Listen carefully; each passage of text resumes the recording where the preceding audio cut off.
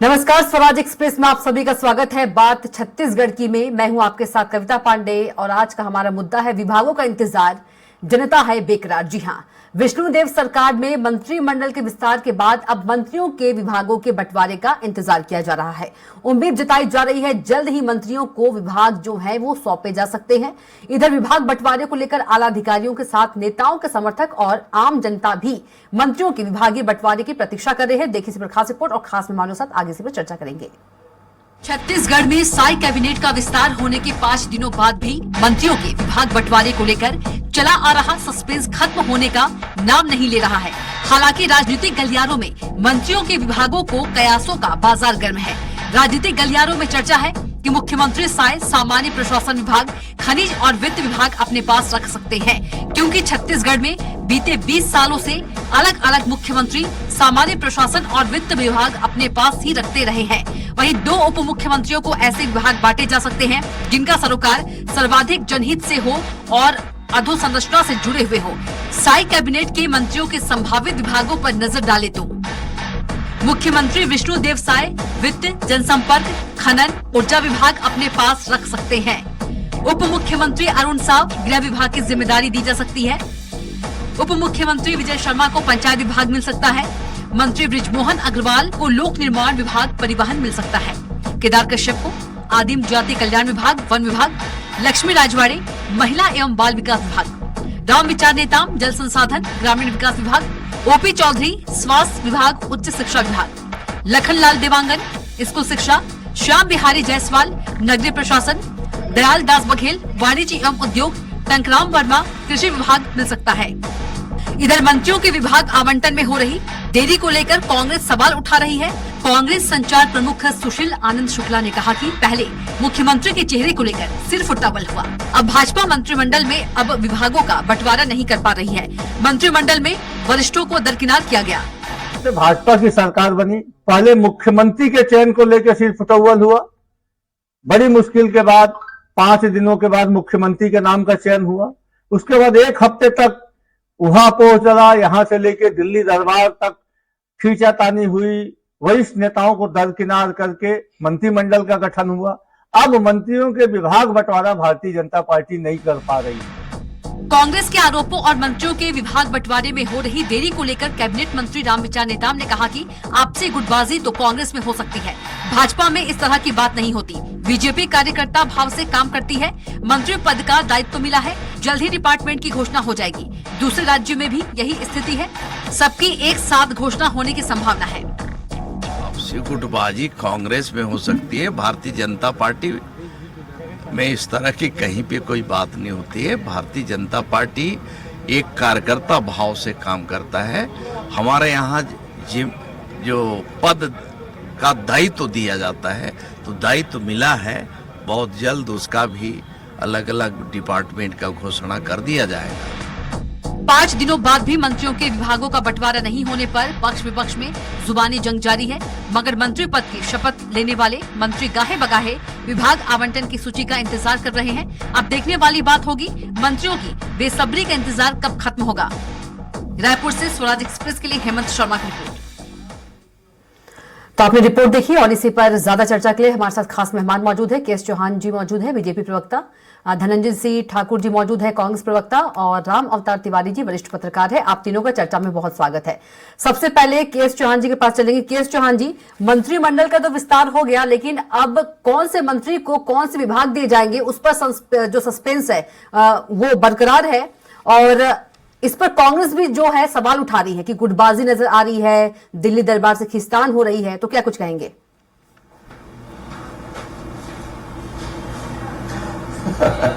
इनका एक बहुत बेहतरीन डायलॉग है, सिर फुटबॉल। पहले मुख्यमंत्री के ऊपर सिर फुटबॉल बोल रहे थे, उसके बाद मंत्री पद के लिए सिर फुटबॉल बोल रहे थे, अभी विभागों के ऊपर सिर फुटबॉल बोल रहे थे। लेकिन बात यह है कविता जी कि छत्तीसगढ़ की जनता ने हमारे को जो आशीर्वाद दिया है वो ये इसलिए आशीर्वाद नहीं दिया है कि आप किसको मुख्यमंत्री बनाएंगे, आप किसको मंत्री पद देंगे, या कौन किसको क्या विभाग देंगे, विभाग कैसे कैसे बांटेंगे, इसलिए उन्होंने हमारे को आशीर्वाद नहीं दिया है। आशीर्वाद दिया गया है मोदी जी की गारंटी के लिए, जो उसमें पॉइंट्स लिखे गए हैं। आशीर्वाद दिया गया है 15 साल और 5 साल की जो सरकार थी उसमें एनालिसिस करके आशीर्वाद दिया गया है छत्तीसगढ़ को सुविधा युक्त, समृद्धि युक्त और सुरक्षा युक्त बनाने के लिए। और मैं बोलना चाहता हूं कि कैबिनेट मीटिंग के पास करने के लिए 3 लोगों की जरूरत होती है, तीन सदस्य की, जो कि 3 सदस्य वहां पर हैं और कैबिनेट मीटिंग पहले से जारी हो गई है। उसके बाद कैबिनेट मीटिंग में आज ये बताइए कि हमारे को भारतीय जनता पार्टी का सबसे बड़ा प्राथमिक जो कार्य है वो ये है कि जनता ने जिस भरोसे से जिसके लिए हमारे को आशीर्वाद दिया है, हमारे को चुन के लाई है, भारतीय जनता पार्टी जनता की सरकार है, वो उसको ये फर्क नहीं पड़ता कि तो केएस चौहान जी कांग्रेस इसी पर सवाल उठा रही है। केएस चौहान जी केएस चौहान जी काम नहीं रुक रहा चौहान साहब, कांग्रेस इसी पर सवाल उठा रही कि मंत्री तो बन गए हैं, अब विभाग की जिम्मेदारी भी दे दे ताकि जो मंत्री अपने अपने विभागों की जिम्मेदारी निभाते हुए काम करे। केएस चौहान जी, अरे मैं मंत्री तो बन गए हैं, आप मेरे को ये बताइए कविता जी कि विपक्ष की मेरे को एक बात बताइए कि विपक्ष की जवाबदारी क्या होती है। विपक्ष की ये जवाबदारी होती है कि जनता का वो मुख बने, जनता की परेशानियों को आगे लेके जाए। ऐसी कौन सी परेशानी के लिए सवाल उठा रही है केएस चौहान जी? सुन लीजिए केएस चौहान जी, लाखावास का इनकी हो गई बोलती केएस चौहान जी सुन लीजिए, इनके पास बोलने के लिए है। केएस चौहान जी सुनिए तो, आप सुनिए तो, केएस चौहान जी सुनिए तो, उठाने के लिए है क्या? केएस चौहान जी, जनता की आवाज नहीं है, चौहान साहब सुन तो लीजिए, जनता का नहीं है। सुनिए तो जी, सवाल इसलिए उठा रही है, मंत्रिमंडल का तो विस्तार हो गया है, लेकिन अब विभाग की जिम्मेदारी मिल जाएगी तो अच्छे से काम करेंगे। जनता के हित में ही सवाल उठा रही है कांग्रेस, और जनता को भी प्रतीक्षा है, जनता को भी इंतजार है कि जिम्मेदारी मिले विभाग की। कविता जी, मैं सिर्फ इतना पूछना चाहता हूं, जब पिछली बार 2018 में लेके चलूं आपको, तो मंत्रिमंडल की जो शपथ ग्रहण समारोह था वो 25 दिसंबर को हुआ था, हमारा कब हो गया था 21 दिसंबर को। तो हम तो इनसे फास्ट ही चल रहे हैं। तो और दूसरी बात, जितने निर्णय सरकार बनने के बाद जितने निर्णय हमने लिया है, पिछली सरकार ने कौन से निर्णय हमारे जितने लिए थे, और उसके बाद आज आपके चैनल के माध्यम से मैं ये अंत्योदय बीपीएल कार्ड धारियों को मैं एक खुशखबरी देना चाहता हूं कि आगामी 5 साल तक 5 किलो राशन मुफ्त दिया जाएगा। केएस चौहान जी, ठीक है केएस चौहान जी, लेकिन केएस चौहान जी, विपक्ष का काम होता है सवाल करना और मुद्दा उठाना, ठीक है। और आपने कहा कि 2018 की बात करें तो क्या आप कांग्रेस की नकल कर रहे हैं? बिल्कुल, कांग्रेस की राह पे चल रहे हैं आप? सुनिए मेरी बात, जब आपने बोला कि ये नहीं, जब आपने बोला कि ये उठा रहे हैं सवाल, और इनके उठाने का सवाल का एक ही तात्पर्य है, वो क्या है मैं बता रहा हूं, वो ये है कि सिर्फ फुटबॉल जो है हम सब देख रहे हैं कि कहां चल रहा है और कहां नहीं चल रहा है। और दूसरी बात, जनता का काम हो रहा है तो ये मतलब आवाज कहां उठाएंगे, ये मतलब उंगलियां कहां उठाएंगे, तो कुछ ना कुछ तो बोलने के लिए होना चाहिए ना। तो ये अपना धर्म निभा रहे हैं, लेकिन धर्म अच्छे से निभाए तो ज्यादा अच्छा होगा। जनता की आवाज बढ़े और पहले अपना घर झांक के देखे, इसलिए कुछ भी आप कह रहे हैं, उठा रहे हैं। धनंजय जी, देखिए कविता जी, 2-3 बातें जो यहाँ पे केएस चौहान जी ने कहा है। एक, उन्होंने कहा कि 3 लोगों की कमेटी होती है कैबिनेट के विषय में फैसला लेने के लिए, तो मुख्यमंत्री जी और 2 मुख्यमंत्री जी इसलिए हैं जो फैसला ले रहे हैं। तो मैं 3 से पूछना चाहता हूं, जब 3 लोग ही काबिल हैं, 3 लोग ही फैसला कर सकते हैं, तो बाकी आपको मंत्री बनाने की आवश्यकता ही नहीं थी। काहे के लिए आपने मंत्री बना दिया, पहली बात। दूसरी बात, मंत्रिमंडल बनने के बाद एक विशेषाधिकार होता है मुख्यमंत्री जी का कि वो कौन से विभाग के दायित्व किस मंत्री को दे सकता है। पर जिस प्रकार से हम मंत्रिमंडल गठन के बाद आज भी दिल्ली दरबार की ओर दौड़ लगाया जा रहा है, तो ऐसा लगता है कि जो प्रदेश के मुख्यमंत्री हैं भोले भाले नेता हैं, आदिवासी नेता हैं, आदिवासी वर्ग के नेता हैं, तो मुझे ऐसा लगता है उस पर अनैतिक दबाव केंद्र के नेता बना के रखे हुए हैं। ना तो उनको कोई निर्णय लेने दिया जा रहा है, ना ही किसी प्रकार से उसको स्वतंत्रता है, ना ही उन्हें कोई आजादी दी गई है। ऐसा मुझे लगता है कि एक विभाग के बंटवारे के लिए अगर दिल्ली के ओर झांकना पड़ सकता है, इससे ज्यादा बुरी स्थिति और क्या हो सकती है। तीसरी बात मैं कहना चाहता हूं कि चौहान जी ने कहा कि जनता ने यहाँ मंत्री बनाने के लिए वोट नहीं दिया है, जनता ने मुख्यमंत्री बनाने के लिए वोट नहीं दिया है, जनता ने मोदी की गारंटी पे वोट दिया है। तो सवाल ये उठता है, ना मुख्यमंत्री बनाएंगे आप, ना मंत्री बनाएंगे, ये आपकी सोच में है, फिर मोदी की गारंटी को पूरा कौन करेगा?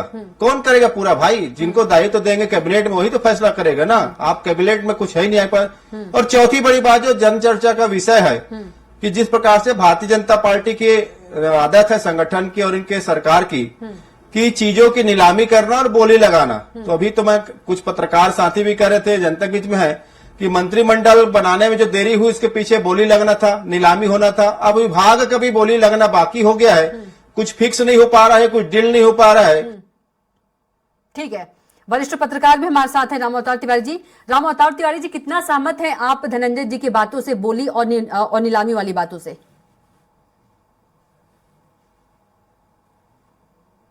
क्योंकि इन्होंने पत्रकारों का भी जिक्र किया है। करना विभाग देना, एक विभाग का आंतरिक मामला है, सरकार का आंतरिक मामला है, पार्टी का आंतरिक मामला है, परंतु विलंब हो रहा है। इससे लोगों के बीच कई तरह के सवाल उठ रहे हैं। इतना विलंब, जैसा सरकार बन गई है, जनता ने स्पष्ट बहुमत दे दिया है जी।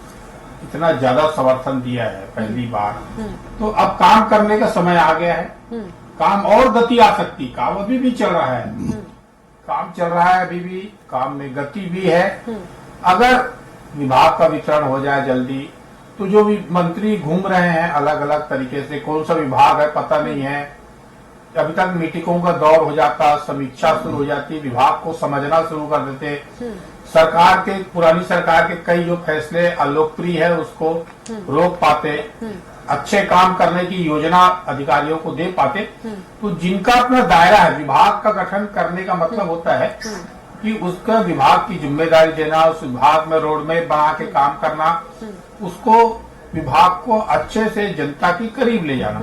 तो ये काम अगर विलंब हो रहा है, सरकार कोई भी हो, सरकार किसी भी पार्टी की हो, वो सवाल नहीं, सवाल ये है कि काम में जो गति आनी चाहिए, प्रशासन में जो सक्रियता आनी चाहिए, कार्यकर्ता या लोगों को कई ठो काम रुके हुए हैं, विभागों के अलग अलग जो काम है वो रुके हुए हैं, मंत्रालय के अधिकारी इंतजार कर रहे हैं, विभाग के अधिकारी इंतजार कर रहे हैं कि क्या काम करना है, कैसे काम करना है, किससे मिलना है, किससे बात करना है।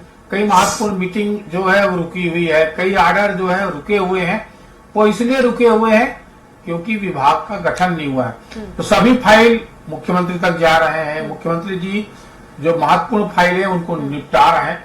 तो कई फाइल मुख्यमंत्री तक जाने की जरूरत नहीं है, वो मंत्रियों तक का मामला है, मंत्री उसको निपटा सकते हैं, मंत्री उसका अध्ययन कर सकते हैं, सेक्रेटरी के साथ बैठ के उस चीजों को गति दे सकते हैं। तो ये जो शासन और प्रशासन की जो एक कड़ी है विभाग, तो उस विभाग के बीच तालमेल नहीं होने से उसमें गति नहीं आ रही है, और गति नहीं आ रही है तो नीचे तक नहीं आ रहा है। बिल्कुल। तो नीचे तक गति लाने के लिए अगर जल्दी हो जाए तो अच्छी बात है, ठीक है। परंतु उनकी सरकार है, उनको निर्णय लेना, वो नहीं चाहे 15 दिन भी नहीं ले सकते, कोई जरूरत नहीं है। ठीक है, अभी क्या 15 दिन भी नहीं लेंगे तो भी चलेगा, बिल्कुल, सरकार तो चलती रहेगी। ठीक है केएस चौहान जी, परंतु जो एक मापदंड है, एक मान्यता है, जी बिल्कुल, अभी तक हमने राजनीति में देखा है कि इस तरह का उतना ज्यादा विलंब नहीं होता, वो हो रहा है। चौहान जी, क्या इसलिए आपको नहीं लगता है कि कयास काफी विलंब हो रहा और है, सवाल उनके जो उठ काम रहे हैं। रुके हैं, आपको नहीं लगता है कि जिम्मेदारी देने में विलंब हो रहा है, देरी हो रही है? कविता जी, मैं ये बोलता हूं कि ऐसी कौन सी प्राथमिकता वाला काम है जो रुक गया है? हमारी प्राथमिकता है प्राथमिकता, सिर्फ और सिर्फ प्राथमिकता। आज जो हमारी प्राथमिकता है वो है मोदी जी की गारंटी को पूरा करना और सुचारू रूप से करना और सही रूप से करना। दूसरी बात, हमने सिर्फ योजना सिर्फ कागज में नहीं डाली है, उसको हमारे को इम्प्लीमेंटेशन भी करना है, सिर्फ प्लानिंग में नहीं है। जैसे हम 5 साल तक देखते रहे हैं कि हमारे को सर्वे करने के लिए 5 साल केएस चौहान जी, मेरा सवाल ये है, केएस चौहान जी, हम मेरा बहुत सवाल ही ये है जिम्मेदारी कि के कब साथ जिम्मेदारी दी जाएगी और कितना इंतजार करना पड़ेगा? मेरा सवाल ये है, इसका आंसर दे दीजिए। हाँ, मैं वही बोल रहा हूँ, सुनिए ना। क्योंकि धनंजय जी कह रहे हैं अनैतिक दबाव है। देखिए, बोलने से पहले सोचना अच्छी बात है। मेरे को जवाब तो देने दीजिए। जी, और भी मेहमान हैं, जल्दी से बोलने से पहले सोचना बहुत अच्छा रहता है कविता जी, बोलने के बाद सोचना नहीं है। और इसीलिए हम जो अपना मंत्रिमंडल बना रहे हैं वो अनुभव और ऊर्जा का समावेश रहेगा। वो ऐसा मंत्रिमंडल रहेगा, बहुत सोच समझ के मंत्रिमंडल बना रहे हैं कि उसके जरिए, जैसे कि हमने आपको बताया कि हमने ऊर्जा और अनुभव दोनों ही मंत्रियों को हमने लिया हुआ है। अब किसको क्या विभाग देना है बहुत सोच समझ के, ताकि सभी काम को इम्प्लीमेंटेशन में लाया जा सके। ये जरूरी नहीं है कि आप 2 दिन पहले ये विभागों का बंटवारा कर दें। सुनिए ना मेरी बात, ये जरूरी नहीं है, लेकिन ये जरूरी है कि मोदी जी की गारंटी और जिस चीज के लिए आशीर्वाद दिया गया है हमारे को, वो पूर्ण कर सके। भले 2 दिन के बाद मंत्रिमंडल हो। कितना वक्त लगेगा इसका जवाब तो नहीं दे पाए केएस चौहान जी, लेकिन ये जरूर कह रहे हैं ऊर्जा और अनुभव का सामंजस्य होगा, इससे सोच विचार चल रहा है। देखिए कविता जी, जिन सवालों का जवाब माननीय मुख्यमंत्री विष्णुदेव साय जी नहीं दे पा रहे हैं, तो यहाँ बैठ के भाजपा के प्रवक्ता क्या दे पाएंगे? वो तो वही कहेंगे ना, बचाव करना उनका धर्म है। मैं तो कह रहा हूँ ना, आपने मंत्रिमंडल बनाया, एक और आप कहते हैं कि मंत्रिमंडल होना अनिवार्य नहीं है, मुख्यमंत्री होना अनिवार्य नहीं है, दूसरी ओर आप कहते हैं मोदी गारंटी के लागू करना है। तो विरोधाभास तो भाजपा प्रवक्ता के बयान में आ रहा है। तीसरी सबसे बड़ी बात समझिए, वरिष्ठ पत्रकार जी ने भी कहा कि मंत्रिमंडल होना मतलब यह होता है कि विभाग के जिम्मेदारियों पर निगरानी करना, विभाग के संबंधित कामों को करना और विभाग से संबंधित जो जनता की समस्याएं उसका निराकरण हो। आज वो चीजें यहाँ पे दिख नहीं रही है। भाई आप मंत्रिमंडल बना लिए, आप विभाग 5 साल मत दीजिए, ये आपका विशेषाधिकार है। आप मंत्रिमंडल बनाए, शुभकामनाएं आपको। आप मंत्रिमंडल को विभाग देना नहीं चाहते, ये भी आपको शुभकामनाएं हैं। पर जनता का क्या होगा? भाई जैसे राजस्व का मामला आता है, राजस्व संबंधित मामला है, कई सारे समस्याएं आती है जिसमें मंत्रिमंडल के जो सदस्य जो होते हैं उस विभाग संबंधी समस्याओं का निराकरण कराते हैं।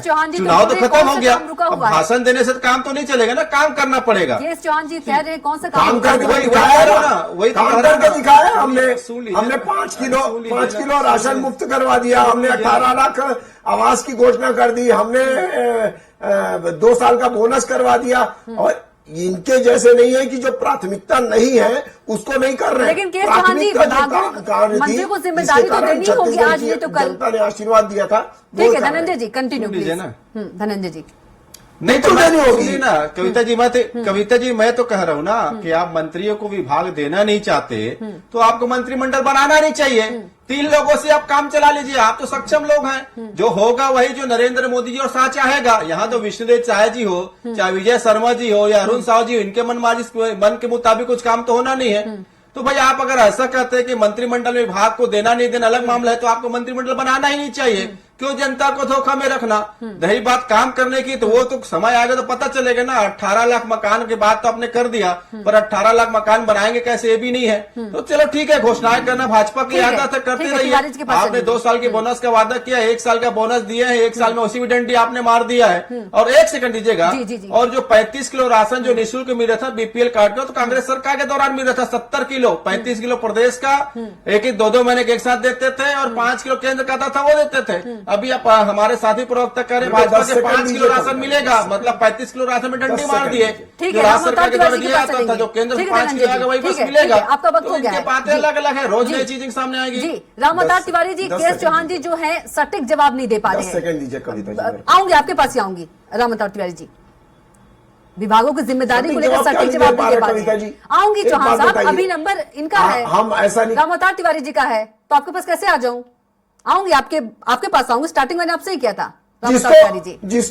जिसको लिखना पढ़ना नहीं आता है उसको आबकारी मंत्री बना दिए हैं। कहां पर साइन करना है, कहां अंगूठा करना है उसको मालूम ही नहीं है। इसीलिए हजारों करोड़ रुपए का घोटाला हो गया। इस टाइप का मंत्रिमंडल हम नहीं चाहते। सवाल आपसे नहीं है जी रामअवतार तिवारी जी। देखिए, तो इस तरह का राजनीतिक मजबूरी होगी, अन्यथा हो जाता ये। और कुछ एक रणनीति भी होगी कि उनकी एक रणनीति होगी, और बाकी चीजों का अध्ययन कर रहे होंगे कि किस तरह से विभागों का वितरण किया जाए जिससे उनकी योजनाएं को गति मिले, प्रशासन चुस्ती रहे, और कौन किस लायक है। मंत्री जो बने हैं उन मंत्रियों के आचार विचार, उनकी सोच किस तरह है, कौन सही तरीके से योजनाओं को पहुंचा पाएगा आम जनता के हित में, कर तमाम मुद्दों पर पार्टी का यहां से लेकर दिल्ली तक अगर ये मामला गया है तो गहन चिंतन विषय हो रहा होगा। संगठन और सत्ता दोनों इन चीजों को ध्यान दे रही, तो ये कहा जा सकता है भाजपा बेहद फूक फूक के कदम उठ रही है। वो उठा इसलिए रही है कि आगामी समय जो जनता के अपेक्षाओं में खरा उतरे, तो जनता के जो अपेक्षा है वो बहुत ज्यादा है, भारी बहुमत दिया है, तो उसके लिए अब समय आ गया है। तो ऐसे समय में एक अच्छा मंत्रिमंडल बनाया जाए, ये सब चाहते हैं, जनता भी चाहती, जिसने वोट दिए है उनकी पार्टी भी चाहती है और विपक्ष भी चाहती है। परंतु जो भी तैयारी है ये कार्य क्षमता पर सवाल है। ये कार्य क्षमता और सोच में इसको ज्यादा देर तक इंतजार, अकेले छत्तीसगढ़ नहीं, मध्य प्रदेश में भी यही स्थिति है, राजस्थान में भी यही स्थिति है, तो शायद ये तीनों राज्यों को लेकर केंद्रीय नेतृत्व की उनकी रणनीति का हिस्सा होगा कि किस तरह से किसको मंत्री बनाए, मंत्री कैसे बनाना है। अभी तो राजस्थान मंत्री भी नहीं बने हैं, अभी सिर्फ छत्तीसगढ़ और मध्य प्रदेश में मंत्रिमंडल का गठन हुआ है, विभाग का गठन हुआ नहीं है। तो कई ऐसे चीज है जो लोकसभा को देखते हुए या जो जनता की अपेक्षाओं में और खरे उतरे, उन सारे चीजों को अध्ययन अलग अलग स्तर पर हो रही होगी, ताकि एक बेहतर और अच्छा मंत्रिमंडल हो जिससे वो 10 साल 15 साल राज कर पाए। तो किस दिशा में सोच रही है भाजपा, क्यों निर्णय नहीं ले पा रही है, क्योंकि कई स्तर का ये सोच हो रहा है, उसके बाद ये निर्णय नहीं हुआ, मतलब मामला पेचीदा है। पेचीदा किस तरह है इसका खुलासा धीरे धीरे आगामी दिनों होगा। राजनीति में बहुत सारी चीजें छिपी नहीं रहती ज्यादा दिनों तक। एक तरह से ये माना जाएगा कि मोदी जी की गारंटी में चुनाव जीते हैं, मोदी जी फैसला ले रहे हैं, ठीक है। तो मोदी जी सारी चीजों को केंद्रीय नेतृत्व बहुत मानिटरी से कर रही है और उसके अनुसार रणनीति बनाते हुए सारे काम कर रही है। ये विभाग का वितरण भी इसीलिए शायद विलम्ब हो रहा होगा। ठीक है, केएस चौहान जी छोटा जवाब दीजिए, आप कुछ कह रहे थे। जी केएस चौहान जी कुछ कह रहे थे। कविता जी, सबसे मेन बात यह है, हाँ, जैसे कि मैंने बताया कि और हमारे वरिष्ठ पत्रकार तिवारी जी ने भी बोला कि बहुत ही फूक फूक के कदम और बहुत ही सटीक, और हमारा उद्देश्य जो है, हमारा उद्देश्य ये नहीं है कि इस अमुक आदमी को ये विभाग बांटना है। हमारा जो उद्देश्य है ना कविता जी, वो है हमारी को मोदी की गारंटी को पूर्ण करना, धरातल में उतारना और सुचारू रूप से चलना और अंत्योदय तक पहुंचाना, जो हमारी विचारधारा है वो हमारा लक्ष्य है। हम अपने लक्ष्य को पाने के लिए राजनीति करते हैं, कांग्रेस के जैसे नहीं है कि उनका लक्ष्य ही राजनीति को पाना होता है।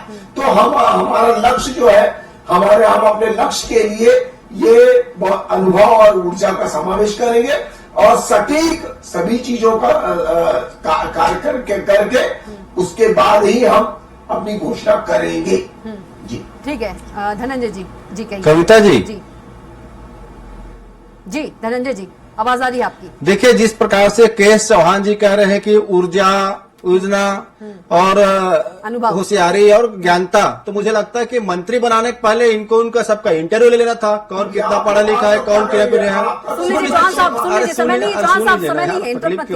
तो आपको पहले इंटरव्यू ले लेना था, कौन से विभाग के लायक कौन सा व्यक्ति है, क्या बिजमोहन अग्रवाल जी उस विभाग के लायक है कि नहीं है, कि टंकराम वर्मा जी उस विभाग के लायक है कि नहीं, कि लक्ष्मी राजवाड़े जी उस विभाग के लायक। पहले आपको इंटरव्यू ले लेना था, इंटरव्यू लेने के बाद उनको मंत्री पद का शपथ दिलाना था, फिर विभाग के बंटवारा कर लेते।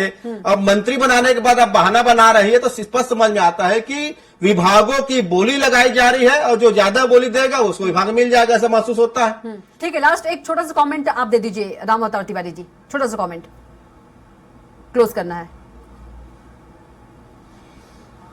मंत्रिमंडल गठन हो जाना चाहिए, बहुत ज्यादा विलंब इसमें नहीं होनी चाहिए। ये पार्टी के कार्यकर्ता लेकर प्रशासन को चलाने के लिए विभाग और बेहद अवसर है। 5 साल आप राज करेंगे, अगर किसी का परफॉर्मेंस अच्छा नहीं है तो बाद में भी बदला जा सकता है। कोई एक विभाग बदलना, विभाग का आंतरिक मामला बहुत छोटा मामला रहता है। विभाग वितरण जो है इतना बड़ा मामला धीरे धीरे पेचीदा इसलिए हो रहा है क्योंकि विलंब हो रहा है, और सवाल इसलिए भी उठ रहे हैं। ये पहली बार हुआ है, इसके पहले इस तरह नहीं हुआ है, इसलिए इस तरह की बातें उठ रही। अब ठीक है, इसमें जी। उसका पार्टी जब चाहे तब कर सकता है, पार्टी का सर्वाधिकार है, मुख्यमंत्री का है। सही में तो मुख्यमंत्री का अधिकार है, मगर आजकल होता यह है कि इस विभाग वितरण के भी पीछे बहुत सारे गणित रहते हैं। ठीक है, रामवतार उन जी, गणितों क्लोज करना को पड़ेगा, समय हो सुलझाने चुका के है। बाद ही जी। फैसला लिए जाते हैं जी, समय हो गया है। पार्टियों में, तो ये हिस्सा वही है। जी, आप तीनों का बहुत ही धन्यवाद। के चौहान जी आपका भी, धनंजय जी आपका भी, और रामवतार तिवारी जी आपका भी। तो जनता है बेकरार। बता दें, विभागों के बंटवारे को लेकर जो जनता है वो बेकरार है, क्योंकि मंत्रिमंडल का विस्तार तो छत्तीसगढ़ में हो गया है, लेकिन किस मंत्री को कौन से विभाग की जिम्मेदारी मिलेगी अभी ये तय नहीं हुआ है, और देखना है कि आगे और कितना इंतजार करना पड़ेगा। तो फिलहाल के लिए बात छत्तीसगढ़ की इतना ही। आप देखते रहिए स्वराज एक्सप्रेस। नमस्कार।